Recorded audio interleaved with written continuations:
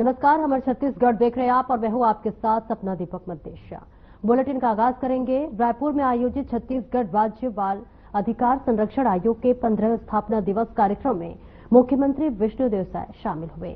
मुख्यमंत्री ने सभी को स्थापना दिवस की शुभकामनाएं दी और इसी के साथ ही साथ आयोग द्वारा बाल अधिकारों के संरक्षण हेतु किए जा रहे कार्यों की सराहना की। आपको बता दें कि इस अवसर पर प्रदेश भर के बाल गृहों से आए बच्चों ने भी हिस्सा लिया। सीएम साय ने आयोग द्वारा शुरू की गई सार्थक और रक्षक योजनाओं को बाल कल्याण के क्षेत्र में महत्वपूर्ण बताया। वहीं मुख्यमंत्री साय ने जनगणना अधिसूचना का स्वागत करते हुए कहा कि इस बार जातिगत आंकड़े दर्ज किए जाएंगे, जिसे प्रधानमंत्री नरेंद्र मोदी का ऐतिहासिक निर्णय बताया। उन्होंने कहा कि कांग्रेस केवल चर्चा करती है, लेकिन ठोस कदम पीएम मोदी ने उठाया। पीएम ने आगामी विधानसभा सत्र की जानकारी देते हुए बताया कि मानसून सत्र 14 से 18 जुलाई तक चलेगा।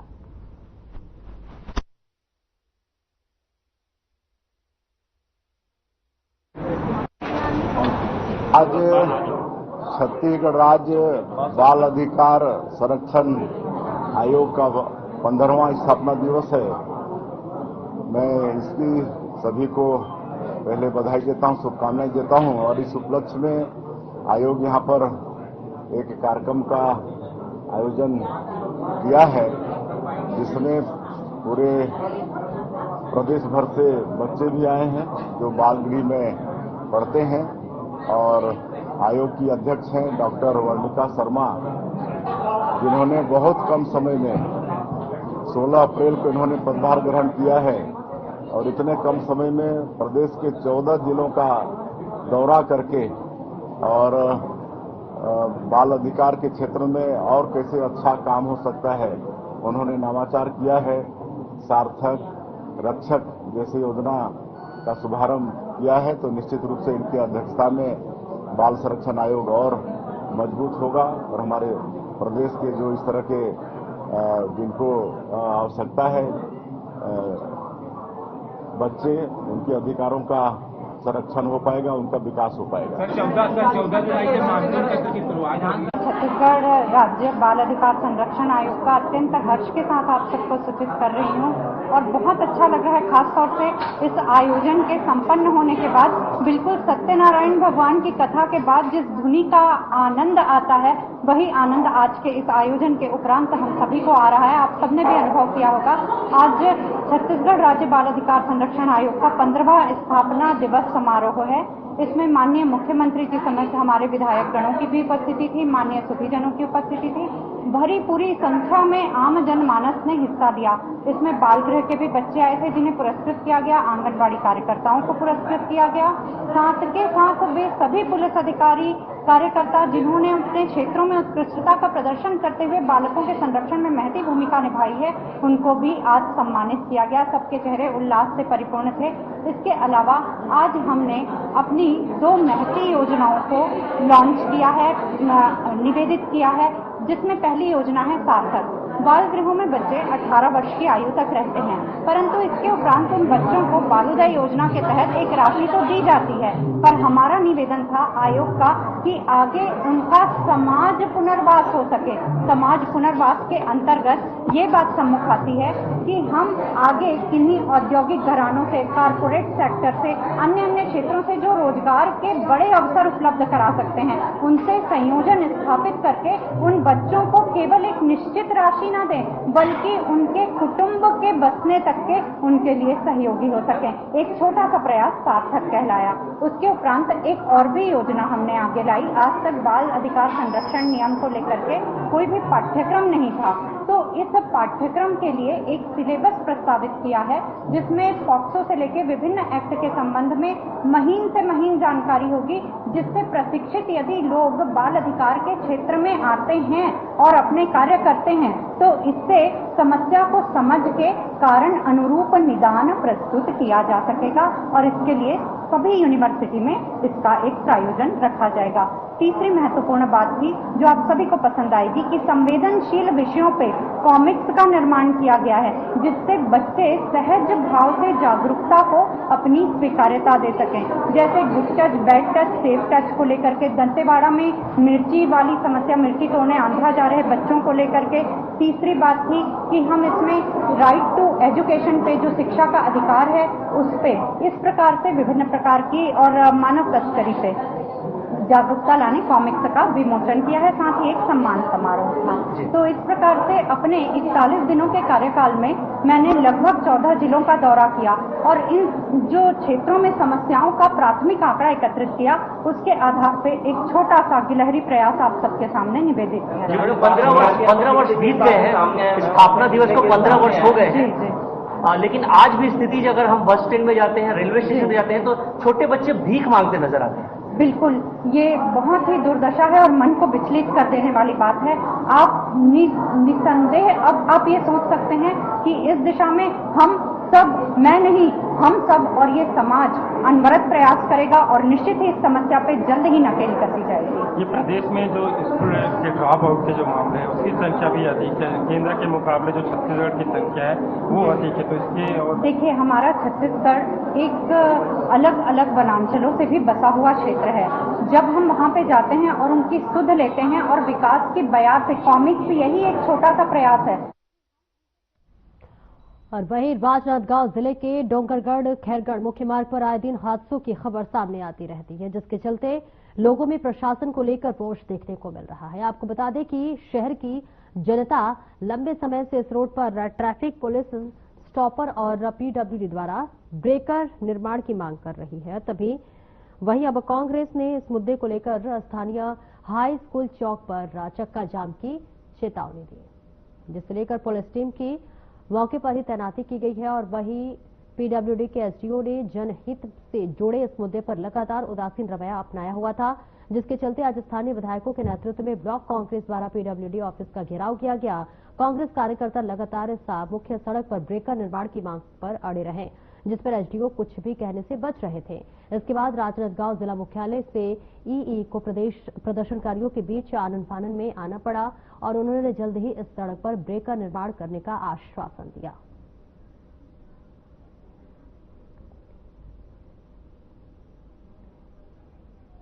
आज हम लोग पूरी Congress committee, block Congress committee के तत्वाधान में सारे लोग, हमारे कांग्रेस के सभी जाबाज खिलाड़ी और हमारे आदरणीय नवाज खान जी भैया, बड़े भैया हमारे साथ में उपस्थित हैं। तो आप जान रहे हैं कि आए दिन धर्मनगरी डोंगरगढ़ में घटनाएं होती जा रही है, कभी सड़क हादसा, कभी लूटमार, कभी कुछ, और बाहरी वाहनों का प्रवेश होता है। और जब बाहरी वाहन आते हैं और ब्रेकर्स नहीं होते, कहीं पे स्पीड से, इतनी स्पीड से गाड़ियां आती है, उसके रोक रखाव के लिए कोई कदम किसी ने भी नहीं उठाया। बार बार शासन को हम लोग बता रहे हैं कि यहाँ पे ये समस्या, यहाँ पे वो समस्या, यहाँ पे ब्रेकर्स नहीं, यहाँ पे साइन बोर्ड नहीं, पर छोटी छोटी बातों को भी नजरअंदाज किया जा रहा था और छोटी छोटी बातों से ही शहर की व्यवस्था जो है बिगड़ी हुई थी।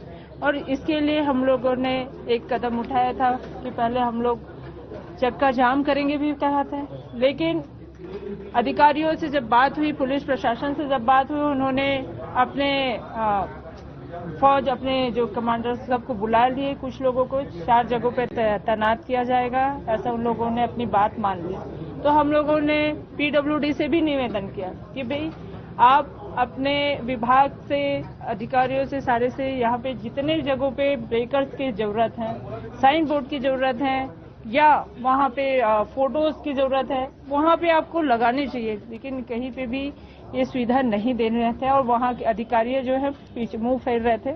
इसलिए आज हम पीडब्ल्यूडी विभाग का घेराव किए और यहाँ आने के बाद ई साहब को आना पड़ा और आने के बाद हम लोगों ने अपनी बातें रखी, कहाँ कहाँ टेंडर हुआ है, नहीं हुआ है सड़कों का टेंडर, और टेंडर हुआ है तो क्यों काम चालू नहीं हुआ है, कहाँ कहाँ पे ब्रेकर्स लगने हैं, कहाँ कहाँ पे आपने व्यवस्था को बिगाड़ के रखा है, कब तक होगा। ये सारी बातें पूरी आपके सामने हुई, आप सबने देखा है। और ये सबको व्यवस्थित करने के बाद अगर शहर में व्यवस्था बनती है तो आप सबका सहयोग होगा और सबका उसका समस्या का समाधान जल्द से जल्द किया जाएगा। कोई बड़ा समस्या नहीं है कुछ छोटी छोटी समस्या है, वो समस्या का समाधान विभाग द्वारा करा दिया जाएगा। सर, अगर समस्या छोटी थी तो जिले से अधिकारी को आना पड़ गया है? नहीं, अब स्थिति परिस्थिति जब नहीं बनती तो आप विभाग प्रमुख होने के नाते में तो आना पड़ेगा मेरे को। आरोप था कांग्रेस का कि एसडीओ मुख्यालय में नहीं रहते, उनको शहर से कोई सरोकार नहीं है। नहीं, उनको अब वार्निंग दे दिया गया मेरे द्वारा कि मुख्यालय में रहेंगे और सभी से समस्या का समाधान अपने संज्ञान में लेते हुए उच्च अधिकारी को वो करेंगे, संज्ञान में देंगे। और बिलासपुर कलेक्टर संजय अग्रवाल ने अधिकारियों की बैठक ली है, जिसमें राज्य शासन की फ्लैगशिप योजनाओं और लंबित मामलों के निराकरण की प्रगति की समीक्षा की। आपको बता दें कि कलेक्टर ने जिला शिक्षा अधिकारी को निर्देश दिए कि लगातार स्कूलों का निरीक्षण करें और उन्होंने कहा है कि स्कूलों में पढ़ाई की गुणवत्ता के साथ कोई भी समझौता नहीं किया जाएगा और स्कूल से नदारत रहने वाले शिक्षकों पर कड़ी कार्रवाई करने के भी निर्देश दिए। उद्योगों द्वारा कितने पानी का दोहन किया जा रहा है, इसका मूल्यांकन करने के निर्देश भी कलेक्टर ने दिए और इसके साथ ही कलेक्टर ने 21 जून को योग दिवस की तैयारियों को लेकर जानकारी दी। साथ ही कार्यक्रम के सफल संचालन के लिए अधिकारियों की भी जिम्मेदारी सौंपी और इसी के साथ एक पेड़ मां के नाम अभियान 2 के तहत वृक्षारोपण तैयारी की विस्तृत समीक्षा की।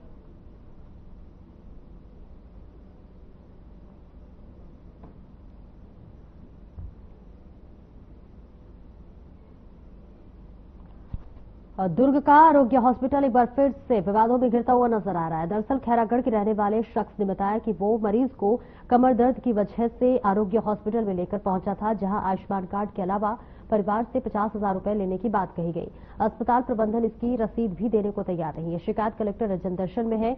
आपको बता दें कि करीब 1 साल पहले आयुष्मान कार्ड से इलाज के नाम पर पैसे लिए जाने को लेकर अस्पताल का आयुष्मान कार्ड निरस्त कर दिया गया था। इसके अलावा मान्यता पर रोक लगाने के लिए तत्कालीन कलेक्टर ने पत्र भी लिखा था, लेकिन ऐसा लग रहा है कि इतना सब होने के बाद भी आरोग्य हॉस्पिटल अपनी कारगुजारियों से बाज नहीं आ रहा।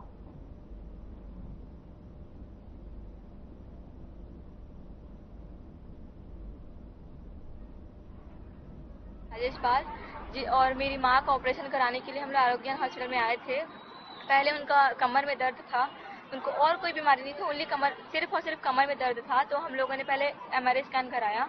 उसके बाद फिर डॉक्टर के जरिए हम लोग आरोग्य हॉस्पिटल में आए कि हमारे डॉक्टर के जरिए। फिर उसके बाद उन्होंने कहा, फाइल देखने के बाद आपका नस दब गया है, आपको ऑपरेशन करना पड़ेगा। तो कुलदीप सर ने, डॉक्टर कुलदीप सर ने बोला कि आपका ऑपरेशन करना पड़ेगा, छोटा सा नस दबा है, उसको नस ऑपरेशन के बाद वो नस खुल जाएगा।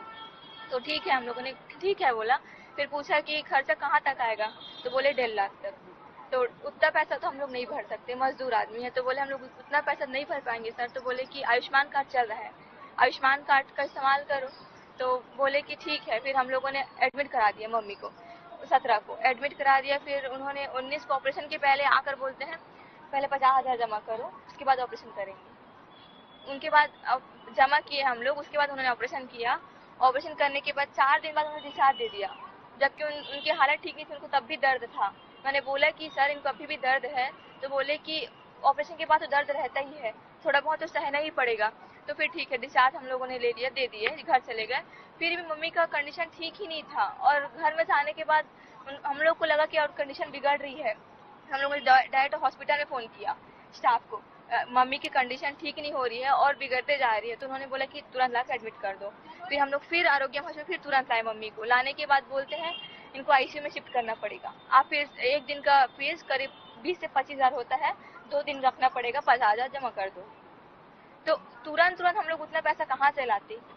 मैंने यही बोला। फिर मैंने सीधा डायरेक्ट डॉक्टर कुलदीप सर को फ़ोन किया, सर आपने मम्मी का ऑपरेशन किया है, उसके बाद ही मम्मी की कंडीशन ऐसे क्यों है और ये बोल रहे हैं कि 50,000 अभी जमा करो। हम लोग के पास उतना पैसा नहीं, तो हम लोग क्या करें। तो उन्होंने बोला वहाँ से डिस्चार्ज कराओ और करा के यहाँ गवर्नमेंट हॉस्पिटल में, दुर्ग का गवर्नमेंट हॉस्पिटल, वहाँ पर जाके एडमिट कर दो। तो फिर ठीक, मैं वहीं आके इलाज कर दूंगा। तो फिर ठीक है, हम लोगों ने उनकी बात मान के यहाँ आके यहाँ गवर्नमेंट में एडमिट करा। उसके बाद मेरी बात 2 घंटे के बाद चली गई और जाने से पहले आधा घंटे पहले कुलदीप सर आए थे। उन्हें आधा घंटे बाद उन्होंने देख के गया और देख के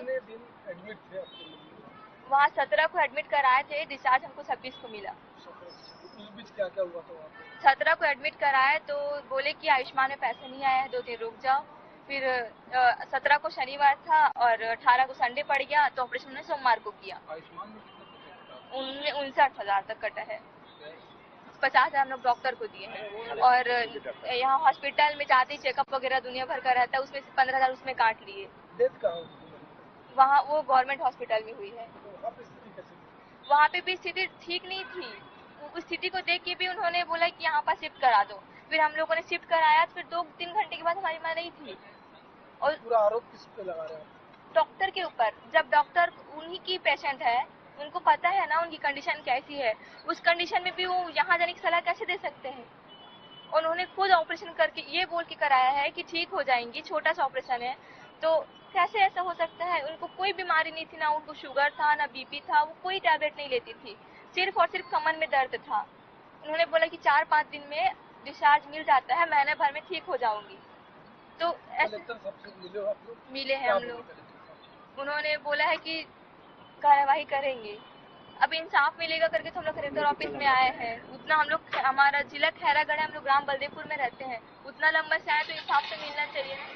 डॉक्टर की लापरवाही में जाने की सलाह वो हमारे नजदीकी डॉक्टर थे, एक तो डॉक्टर हैं, तो हम लोग उनसे बताया कि कमर दर्द है। उन्होंने फाइल वगैरह देख के फिर आरोग्य हॉस्पिटल में फोन करा कि एक पेशेंट है, ऐसे ऐसे है। उन्होंने फाइल भेजा इनको, फिर उन्होंने फाइल देख के हमारी माँ को बुला लिया हॉस्पिटल लालू, फिर आरोग्य में।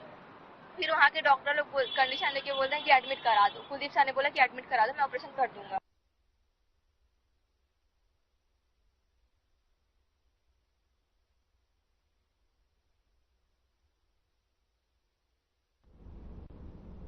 कबीरधाम जिले के चिल्फी वन परिक्षेत्र झलमला सर्किल के सोनवाही से के बिट क्रमांक 169 में वर्षों से चली रही इमरती लकड़ी की जो है अवैध कटाई में न केवल जंगल की संपदा को नुकसान पहुंचाया, बल्कि वन विभाग की कार्यप्रणाली पर भी गंभीर सवाल खड़े कर दिए हैं।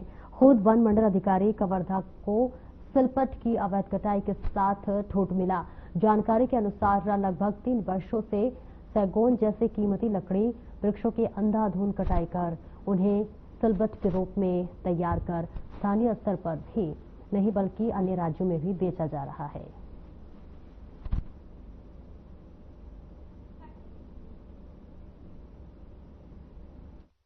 जो सोनवाही हमारा बीट है वो हमारे चिल्फी अभ्यारण्य में आता है और ये बॉर्डर एमपी बॉर्डर होने के कारण ये अति संवेदनशील क्षेत्र में आता है हमारे।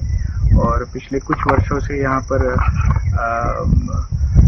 अवैध कटाई के प्रकरण आते रहे हैं और अभी भी जितना हमने गश्त किया अपने सोनवाही बीट में तो उसमें भी कुछ नए और कुछ पुराने ठूठ मिले हैं। तो पुराने जो भी ठूठ मिले हैं उसमें नियम पूर्वक कार्रवाई की गई है। उसमें उनका हैमर क्रमांक और बीट जो प्योर क्रमांक है वो दर्ज है। और जो नए ठूठ मिले हैं अपने को, जो अभी आज अपन लोग ने गश्त किया है, तो उसकी भी कार्रवाई करने के लिए मैंने अपने रेंजर साहब को और आरए साहब को बोल दिया है। तो उसकी जो जांच प्रकरण बनेगा, उसकी जो वसूली का प्रकरण बनेगा वो आज नहीं तो कल दिनांक तक के मेरे टेबल में पहुंच जाएगा। उसके जब वो पहुंच जाएगा तो उसमें जितनी भी आपकी वसूली की राशि दर्ज होगी उसके हिसाब से अपन उसका फिर वसूली का आदेश निकालेंगे। एक गश्त जो है, गश्त नहीं होने के कारण ऐसा होना प्रतीत हो रहा है, शायद गश्त जो है स्लो चल रहा है, यहाँ पर मेहनत नहीं कर रहे हैं बीट गार्ड जो है। गश्त तो नियमित रूप से हो रही है, ऐसा नहीं हो रही है, लेकिन जो हमारा अभ्यारण्य क्षेत्र है उसमें जो स्टाफ है वो बहुत कम है। जैसे हर बीट गार्ड यहाँ पर एक से ज्यादा बीट के प्रभार में है। जो सोनवाही बीट में जहाँ खड़े अपन वही अतिरिक्त प्रभार में है और जो आसपास के भी बीट जो गार्ड है वो सारे अतिरिक्त प्रभार में है। तो उसका एक खामियाजा हमको ये ठूठों के रूप में भुगतना पड़ता है। प्लस जो बॉर्डर एरिया है जो मैंने मेंशन किया, उस कारण से भी मतलब इसमें एक बायोटिक प्रेशर बहुत रहता है, अवैध कटाई का प्रेशर, अवैध चराई का प्रेशर बहुत रहता है। अभी रास्ते में भी मैं आया तो वहाँ भी काफी एमपी के लोग अवैध चराई करवा रहे थे। तो इस कारण से थोड़ी सी ढिलाई होती है, लेकिन हमारे नियमित बीट जो गश्त होती है उसके रोस्टर बनते हैं और उसमें मतलब उसमें कार्रवाई भी होती है, लोग उसमें गश्त में जाते भी है, उसके कार्रवाई विवरण भी हमारे पास नियमित रूप से आता है। सर वो कुछ दिन पहले कुछ न्यूज पेपर में छपा हुआ था कि अवैध कटाई का मामला, तो उस पर आपने खंडन किया गया था। तो और फिर उसी बीट गार्ड में हम लोग खड़े हुए हैं, उसी क्षेत्र में खड़े हुए हैं और आप स्वयं देखें कि यहाँ पर अवैध लकड़ी कटाई हुई है। क्या कहना था?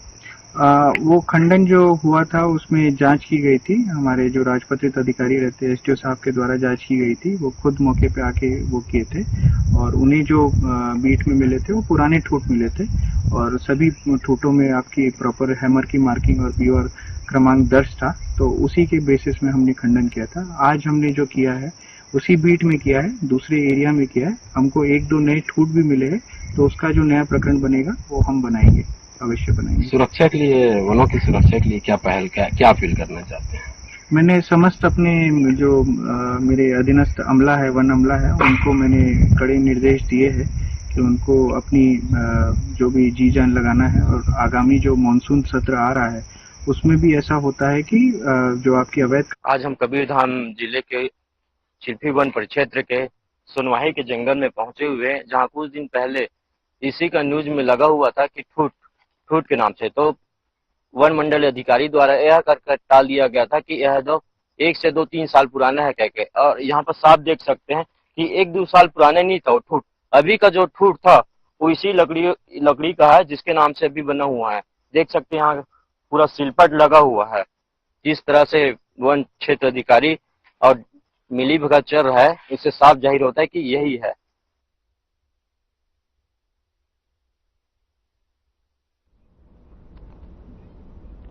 और वही सेफ नेटवर्क सिस्टम लागू होने के बाद रेल डाक सेवा कोएफ नेटवर्क से जुड़ी समस्याओं का सामना करना पड़ रहा है।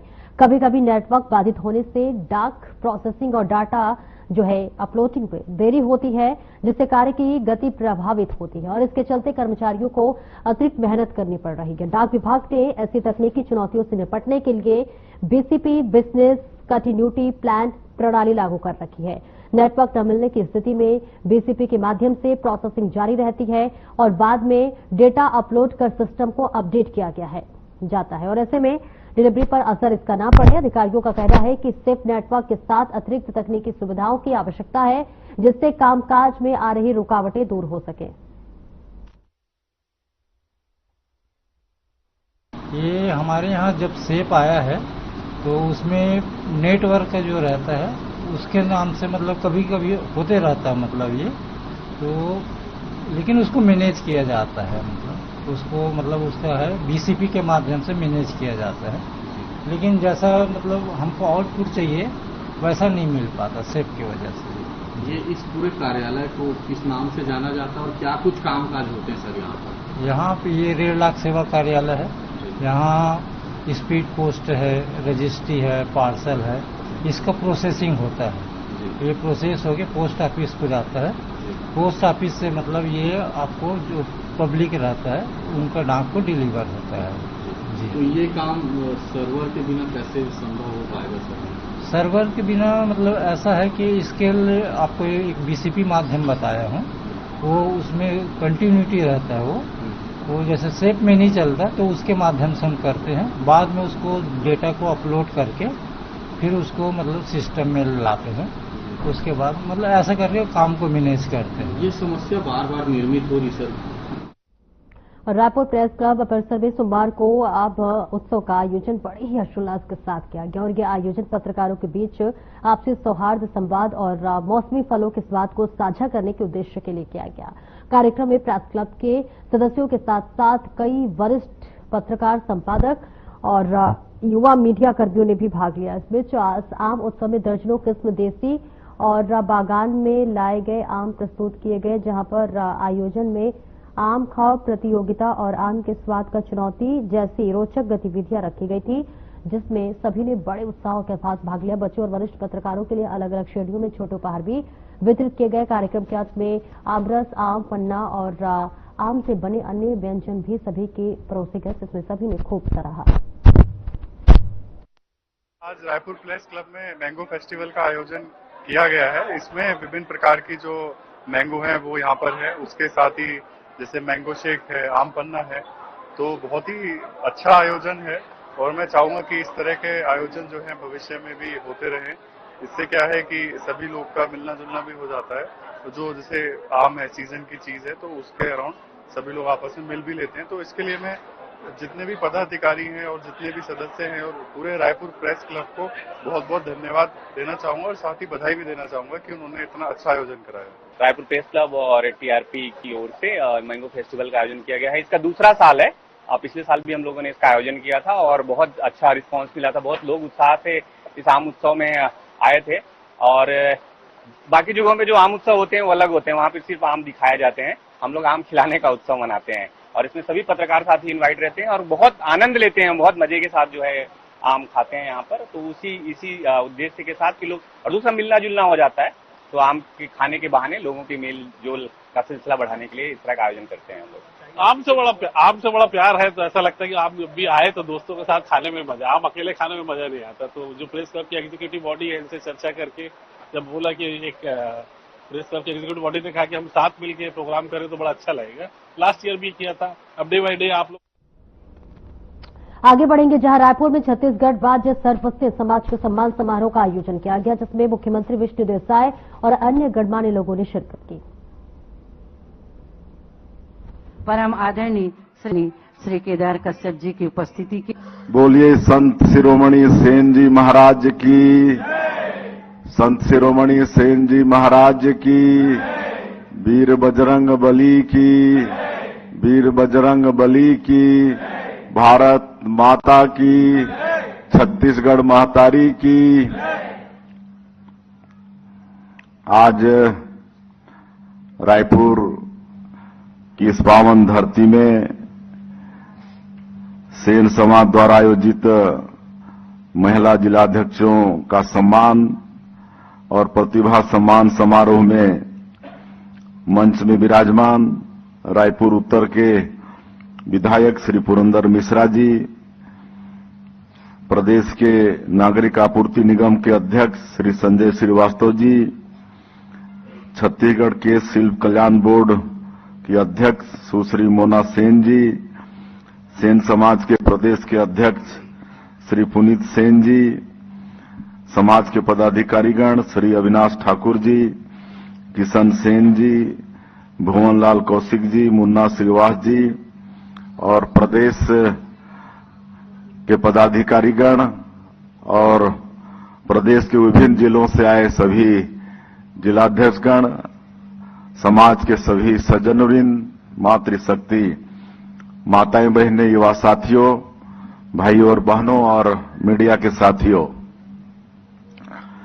सबसे पहले मैं सेन समाज का आभार व्यक्त करना चाहूंगा और सुश्री मोना सेन जी का, जिन्होंने आज के इस गरिमामय कार्यक्रम में हम लोगों को बुलाए, हम लोगों का सम्मान किए। फिलहाल इस बुलेटिन में इतना ही। नमस्कार।